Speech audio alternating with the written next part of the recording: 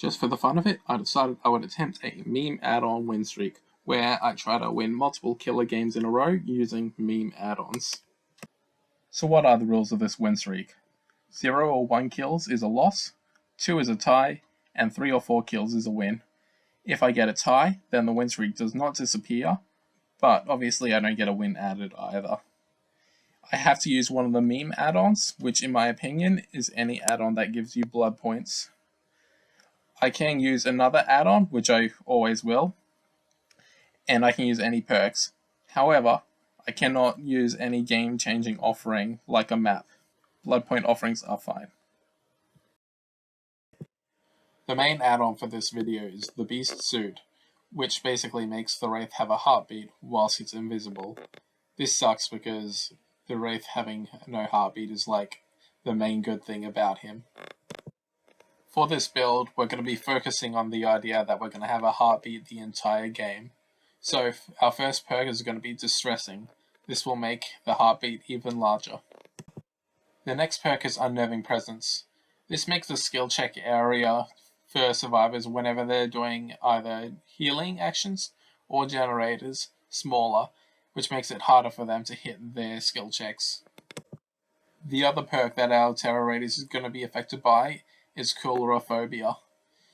This perk makes it really hard for survivors to hit skill checks when they're healing, so combine that with Unnerving Presence and it's going to be almost impossible to hit skill checks when you're healing. Lastly, we're going to throw on Sloppy Butcher just for some extra anti-healing fun. This way, once the survivors get injured, hopefully they're going to stay injured the entire game. The survivors chose the map and they made my hooks further apart, so you know that they're here to play, but that's okay, because so am I.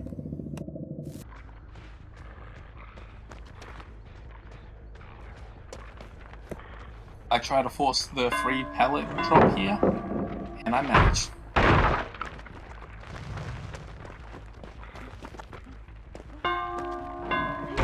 But I don't quite manage to body block Meg for the window, so she manages to get over only just. And she has a very nice double window here, so I decide to switch targets.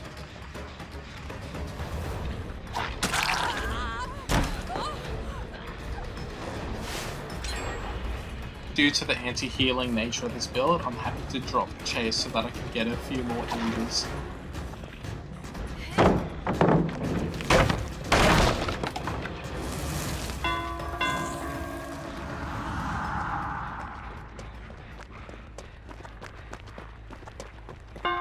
Just as I'm uncloaking, I spot the injured survivor in a really bad spot, so I decide to go for them instead. And I think that I can get an easy pallet drop here, and get the injured too, which makes it even better.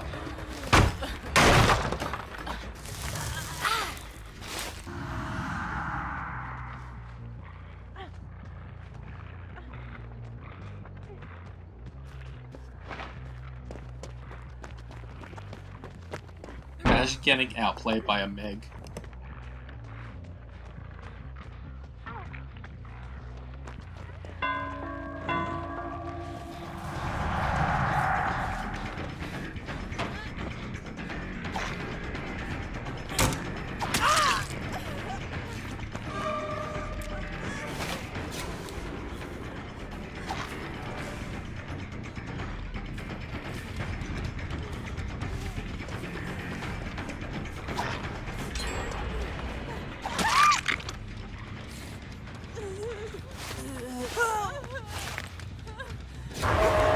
I screwed up big time on that one. I knew she was still in the area as well.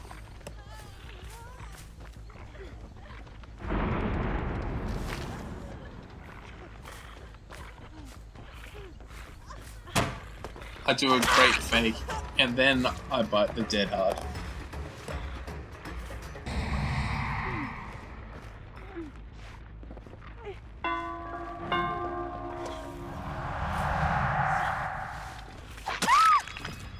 That was a very iffy hit, but I'll take it. And no flashies this time, so Meg goes in the basement.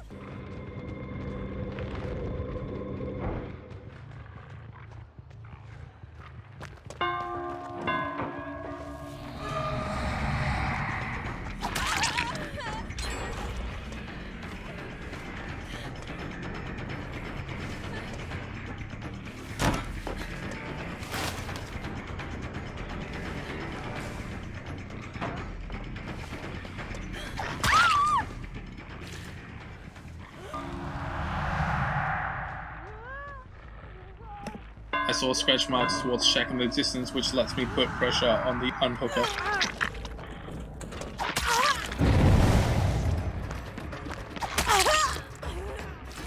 I don't know how that didn't hit the unhooker the first go, but it works out in the end and I managed to hit both of them.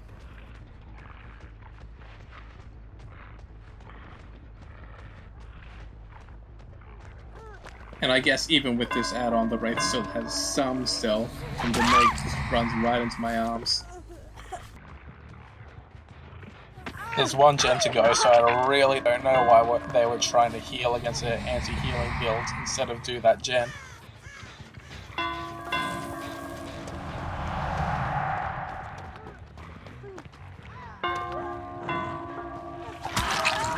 I think the Michaela might have body blocked the light burn, which is awesome.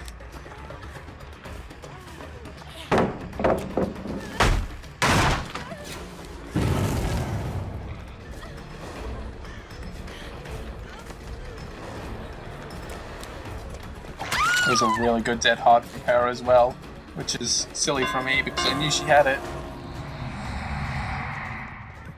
I needed to check on my gens though, and I found this Meg on the way.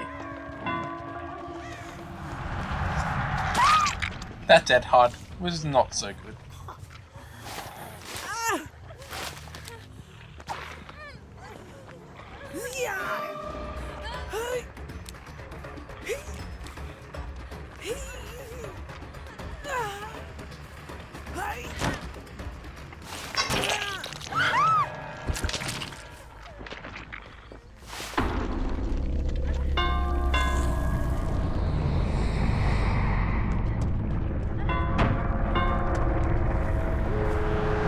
Last gen pops and I've only got 1 kill so far, so I'm quite worried right now.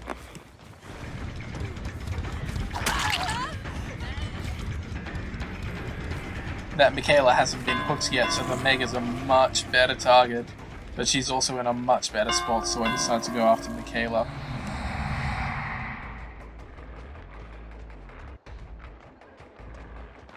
And I'm very relieved to see the last survivor so far away from the door too. That's the wrong side.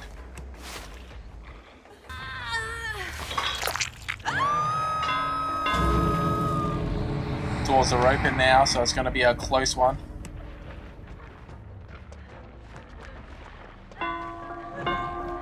This Michaela should easily be able to escape and buy Meg enough time to save the other Michaela, so it's looking like a loss right now. Or you could just not throw the pallet. Yes, that works too, for me. And the Meg abandons the other two, which gives me the 3k and a win. They played well, it was a good game.